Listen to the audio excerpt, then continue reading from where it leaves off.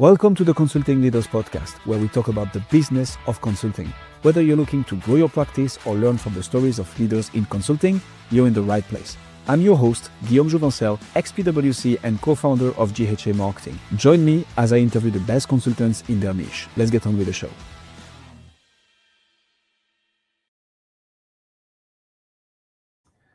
Owen, welcome to Consulting Leaders.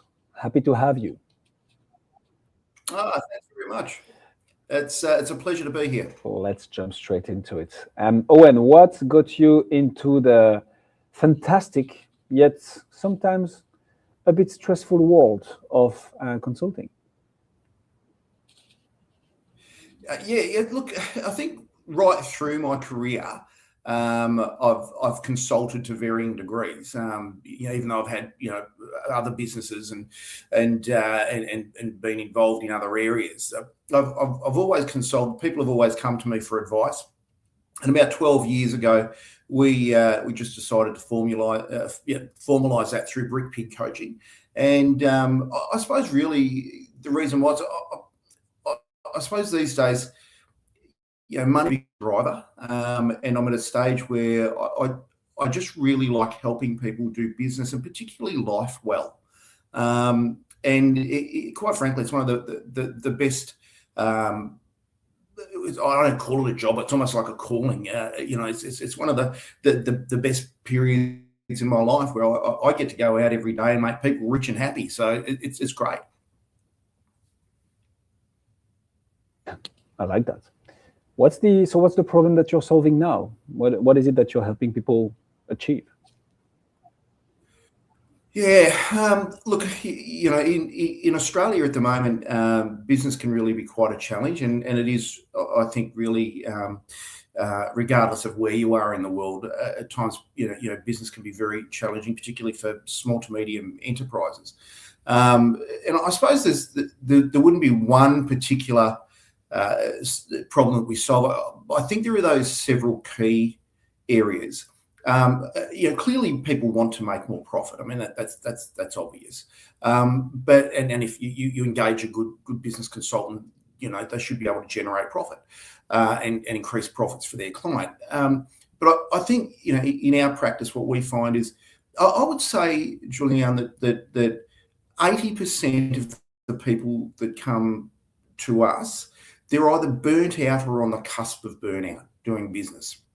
And so part of what we do, or a big part of what we do, is obviously not only making their business healthier and better and more profitable and putting systems and processes in place, but also looking after them, making sure that they're honouring the principles of rest, making sure that they're looking after themselves, that they're being healthy, that they're doing business at a pace that is sustainable. And we find that in particular, looking after the individual and making sure that we bring the happy back into their life, as well as running successful business, is a big problem that we need to solve, particularly here, as I say, in Melbourne, Australia. Who is it that you help specifically with that? Because you're right. I mean, business consulting at the end of the day is how do we, increase revenue, decrease costs, diminish risk. But so do you do this for a specific industry, niche, company size? Like, who do you typically work with, Owen? Yeah, great question. We do have a specific trade to our business, where we help the trade sector. That's it. It's all commercial trades. However, we work with everything from retail, wholesale, manufacturing, right the way through to hospitality. We've worked with farms. We've got a suite of coaches that are qualified in ranges of areas, and we have specific coaches that go into various areas. We're probably most known for the trade sector. Brick Pig is, we've been running, as I say, 12 years now, and we started targeting, trades here in Australia. And so that's probably what we're most known for, but we work with everyone. So fair enough, and I do believe that this makes sense. My question in those situations is often, how do you market them? How do you brand? How do you get, leads through the door? What has worked for you, Owen? Especially when you're, hey, we can work with anyone, but then how do you get specific people to be like, oh yeah, this is for me? Like how have you made this work? Yeah. I mean, like everyone's going to say to you. I mean, obviously, the best advertising is word of mouth, and over a period of time, that takes time. Word of mouth. Obviously, our clients, talk about us and bring us more leads in, and that's that's the best kind of accrual of clients. However, we do all the normal kind of things, your AdWords and your SEO and your social media. I've done quite a bit of radio. I get asked to do a lot of interviews and so on radio and TV from time to time as well. So that raises the profile. I think that consistency is king about just getting out in front of the public. And making sure that you show the integrity of the business and build trust into the brand. I think if as a business we can achieve that, and that as I said, that trust, that consistency, people know that we're good, and people know that we're that they can rely on us, and if that perception gets out there, it tends to work tremendously. And I think for us, we're at a stage now where we've got such a backlog of client testimonials and 5-star reviews, and we're 100% 5-star review business. I'll talk probably a little later on as to how we accrue clients and what we do about getting them, but and we're very specific in that process. But I think that obviously, apart from the normal kind of advertising channels, and you do have to have a marketing spend. Apart from that, it really just comes down to making sure people just have the most tremendous experience with you, that they want to talk to others about that and share that experience, and then organically that growth comes. How are you thinking about, if at all, right? And that's me kind of throwing a curveball question at you right now. But how are you thinking about going beyond this word of mouth, if at all, right? But is that something that you've considered, thought about? Well, what are your thoughts on this? Yeah, look, for a long time in the business, it was only me, and as I said, I was at a stage where I was, these days I don't myself personally. I'm not working, huge hours. I generally work 4 days a week. I go fishing every Friday. I spend the weekends with my family. But the reality is that for me, and I've toyed with this idea much of the disapproval, I've got to say, of my wife worries when I say this, but to kind of have a separate profile on some of the the social media platforms, your TikToks and your Instas and so on. I mean, we're on all of those with the business, but I've thought, sometimes I have a lot to say about business and what's going on, and I can usually be a pretty straight shooter and don't mince my words. And to get on there and to have separate kind of profiles that then lead back into the business, so they know Owen Watson as this particular person that's on social media, but also happens to be the director of Brick Pit Coaching. And so that's some areas that I'm looking at the moment, as to whether we just kind of raise the profile in some other areas by having some kind of sister advertising, if you like, on socials. So I would know about the fishing part, Owen, because this interview almost didn't happen, and it's just thank you to the terrible weather in Australia right now that we end up talking. So see, happy me, and sorry for you. Cool. Okay, that does make sense. Social media, classic play, and it makes sense, right? If you do it right, you can get some pretty good brand awareness and potentially some traction from that. Talk to me about sales. So you get this word of mouth, those referrals, a bit of social media.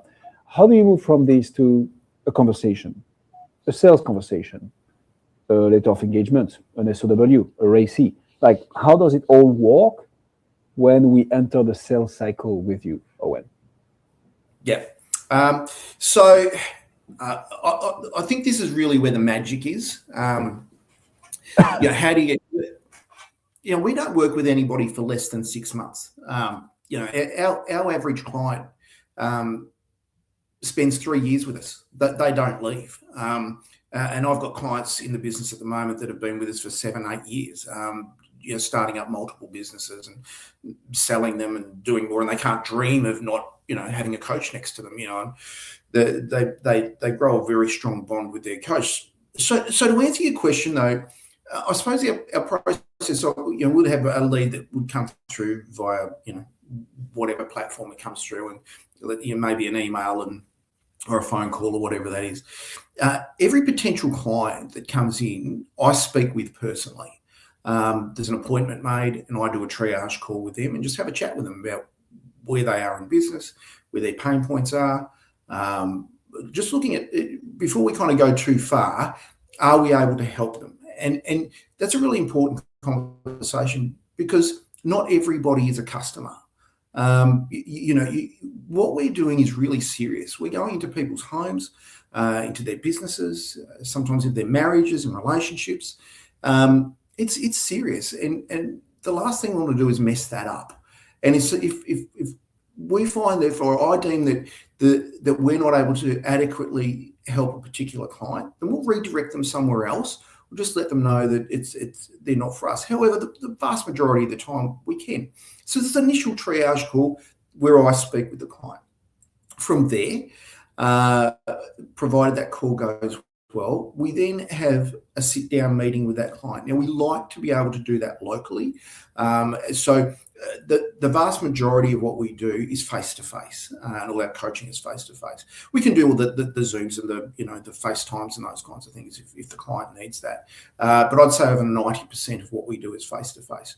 So we would then sit down, have an initial meeting with that potential client. I go into that meeting as the director of the business with the coach that I believe would be most suitable to serve that client. And then we just sit down with them and have a conversation. There's no hard sell. It's just a conversation. Tell me all about your business. Tell us what's going on. Where are your main pain points? Where do you need help? It might be a new business startup. It might be somebody that's in business already and they're burnt out, or, as I said earlier, cusp of burnout. They're struggling to keep all the balls up in the air. There maybe not be enough profit coming in, or maybe they're looking at selling a business, whatever it might be. So we sit down, have a really good conversation about that. They get to meet me. I get to look them in the eye, shake their hand. They get to meet the coach. We have this big conversation. And that conversation there is where it's either won or lost. And there's still a long way to go yet. But that conversation, I've lost count of how many times we've been in those conversations. People are in tears. They're crying. You need to be able to deal with the person, deal with the personalities. People are really at times in a lot of pain. And to be able to go in there and really show them that you're caring and that you're able to lead them into calm water is a big thing. And you can see at the end of those meetings like a sigh of relief at times that comes over these potential clients at that stage. Once we've had that meeting, from there, we then go back and draft a very detailed, specific program that is for them. It's not a one-size-fits-all. It is a specific program for that individual client and for their specific needs. It's a very, very detailed document, and we do that again for free. So far, we've made no money. We haven't made any money at this stage. We've had a triage call. We've gone out, spent a good hour face-to-face, two of us. Then we go back and draft a very detailed document, again for free. Once we submit that document to them, they can make that decision as to whether they go ahead or they don't. Once we get to that stage, I would say our close rate is about 80%. Which is pretty solid, if you ask me. How do you... So you mentioned you don't work with anybody typically for less than 6 months. Yes. How do you retain, Owen? What happens once you start engaging with someone, you help them solve their profit business, and that's it? They've solved it. Like what do you do to, and I need to phrase that properly, not keep on billing them, but obviously keep on providing value so that you can retain the customers? Yeah, for sure. So as I said, our average client spends about 3 years with us, which is a long time. One thing we don't do is hold on to a client when it's done. Okay, so you're quite right in saying there comes a time when the job's done. And for some people, that may be 6 months. But for other people, it might be 5 years. When you say, how do you hang on to a client? We actually don't hang on to them. It's a relationship that is like any other healthy relationship. That if look, I'll be honest with you, quite frankly, I would say more times than not when a client is finishing up with us, we need to wean them off us. Okay, so it's not like, oh, the job's done. It's like, it's such a bond. I mean, we talk as a business, that there's kind of three main areas that we need to be able to display to a customer, our client. Number one, we need to be excellent at what we do. We need to be trustworthy. They need to trust us and trust us to be able to do what we say we're going to do. And the third thing, and this is the most important thing, is we really need to care for them, love them, in fact. When a client is with you and they truly feel cared for and they feel loved and you genuinely care for them, they don't want to go. Like, you know what I mean? And one of the biggest things as a team with Brick Pig is making sure our coaches love their clients. They'll bleed for them, and when you're doing that, that means when they feel a little bit of pain, and people say to me, like, keep it arm's length, keep it professional, and that's true. That is true. You do have to have a professional side to what you're doing. But I think a really good coach, when things are good with their client, they celebrate with their client.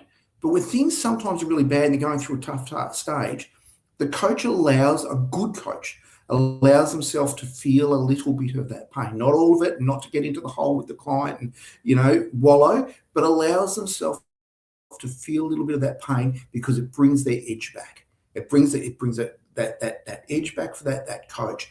And when they can see, hang on, this person really cares for me. They're giving me the follow-up calls. They're checking in on me and calling me through the week. And, hey, how's that thing going? Hey, I'm here if you need me.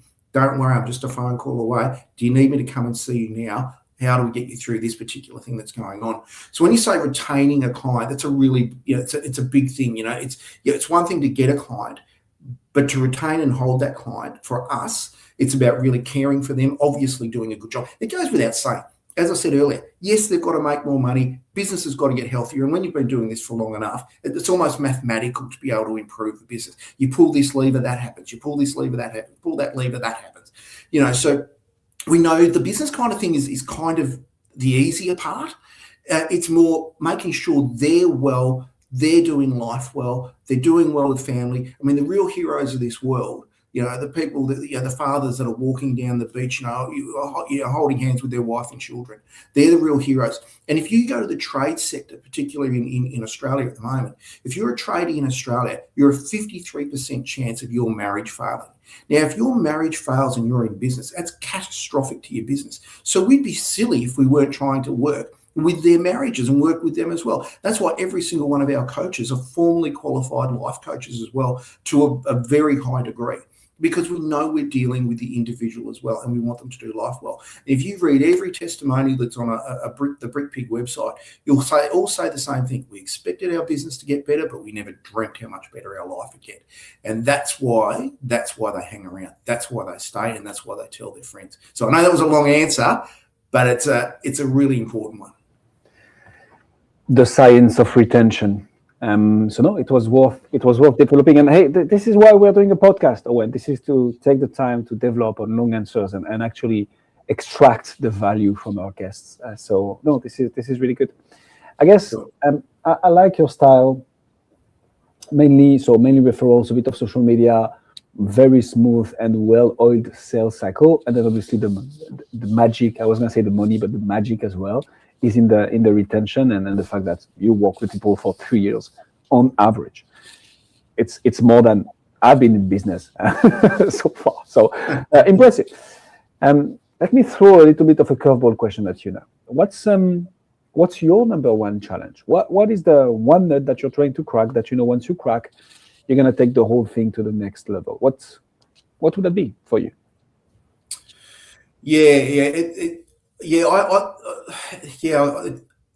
I think really, for me, it's finding quality coaches.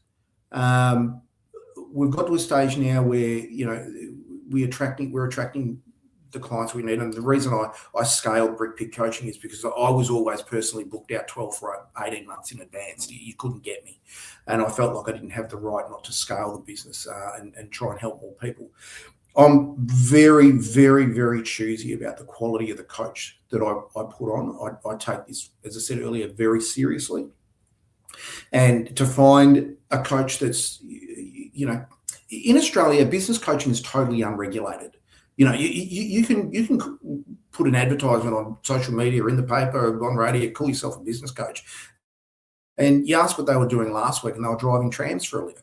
If I want a coach, I want somebody that's run business. I want somebody that understands business, that's been saturated in business and knows it backwards. I want somebody that is a very skilled communicator, has somebody that is caring, has had training surrounding how to deal with life matters. I want somebody that's going to come along, side our business with an attitude to support not only clients but to support our team as well, and that is really driven by, again, caring for people, because this is all about people at the end of the day.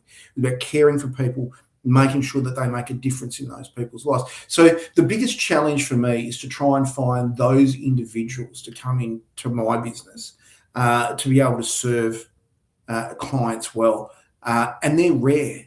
I can go and put an ad on LinkedIn asking for business coaches, and I can tell you now, within 3 days, I'll have to pull it down. I'll have hundreds of applicants coming through, but to maybe find one or two of the ones that are going to meet our criteria, that's very, very difficult.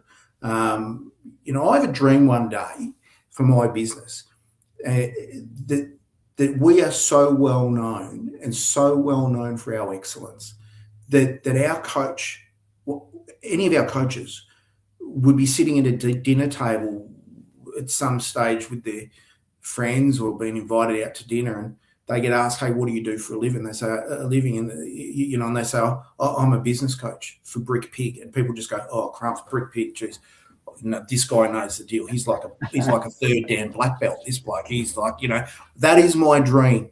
I want my coaches so well known for their excellence that is what would happen. Oh, what do you do for a living? I'm a business coach. I'm a business coach for Brick Pig. Oh, Brick, goodness. Oh, they feel like they're with royalty. That is my dream. Owen, I love this. First time I'm hearing this on the show. I think it shows something. It's like you want the best for your coaches, your clients, to the point where it becomes a McKinsey, right? But of leadership coaching. I like that a lot. I think back to the challenge is like every B2B coaching or consulting business, once they've solved acquisition of new customers, and they have a good product, obviously. So I'm considering this like a no-brainer. Like we are talking about growing when we have a good product. Once you solve acquisition, the very next problem is how do we match the operations, the delivery, at the same level of quality that we've been like from day one, and which is when we have to delegate to other coaches, other consultants. How do we find the best coaches? How do we get them the best training? And how do we make them become world-class through training and coaching? So makes a lot of sense, in my opinion. On the other side of the coin, what's a big opportunity that you're looking forward to work on in the next 6 to 12 months? What does the future hold for you, Owen? Yeah, good question. A big Riviera yacht would be good. I suppose in business, I'll be honest with you, I'm pretty content doing what I'm doing right now. I think I'm at a stage in my life where I know this is a really boring answer, but I kind of just love where I am. I love what I'm doing. As I said, I'm at a stage in my life where business has been very good to me. You know, I don't lack in finances. I have this great opportunity to be able to help people and train other people to help people as well. And so, you know, people say, you know, what's your definition of success? You know, and for me, that's to have a lifestyle that you're so happy with day-to-day life that you don't need to take a holiday from it. You know, you just are happy doing life. And so when I say what's the next big thing for me, and there was a long time in my life where I was always looking for the next big thing. How much bigger can I make the business? How much further can we grow on? I've had businesses that have operated nationally and have turned over many millions of dollars. I suppose at my age, I'm 56 years old. I'm at a stage where I'm kind of not necessarily looking for what is a next big thing. I suppose for me, it's more about how do we do better now? How do we enhance what is happening now so it's even better? So that, you know, I said to you about my dream and explained my dream to you earlier. And I suppose there's another part to that, which is, I suppose, I wonder for me, and it's more about the perception of how can I get this to a stage where if in Australia, maybe around the world one day, I don't know, but we're so well known for what we do that people are actually frightened not to use us. They may not have thought of having a business coach before, but they've had such great results. They go, hang on, what happens if we don't use them? We actually have to go to BrickPig because they're the best. And if you don't, life's not going to be as good. Business isn't going to be good. If I get that, that's the holy grail as well. So there's a few things that are there. This is the mindset for me. You know, it's that incredible excellence that we get that stage where our offering is so good. People go, I couldn't bear not to have a BrickPig coach. We need to have that. Look at the results they do. So I suppose that's for me. I suppose it's more about, so the thing for me now is driving the perception of the business and what we are to such excellence that it catapults this business naturally to greater heights. Owen Watson, ladies and gentlemen. Owen, if people want to find out more about you, see what you do, learn about the future best coaching firm in Australia. I know we already are. My apologies. If they want to know more about the best coaching firm in Australia, where should they go? Look, the first place to go is just check out the website. Have a look at brickpig.com.au. The name BrickPig actually comes from the story, the three little pigs in life. You know, who do you want to be, a straw pig or a brick pig? So we're BrickPig Coaching. And so go to brickpig.com.au and you'll see it all there. You'll see my mug on there along with some of our coaches, and you can read our profiles and see all the stuff that we do and get in touch with us. We're more than happy to help you. We'll put all the links in the description. I can say one thing for sure, Owen, is that you've gained at least one new connection on LinkedIn out of this interview. Me, I just added you. Thank you so much for coming on Consulting Leaders. It's my absolute pleasure. Thank you for having me on. Thanks for joining us on this episode of the Consulting Leaders podcast. We hope you learned valuable lessons on how to grow your practice and take your business to the next level. Make sure to subscribe and leave us a review wherever you're listening to this show so you never miss an episode. To apply and be a guest on the show, click the link in the description. See you next time. How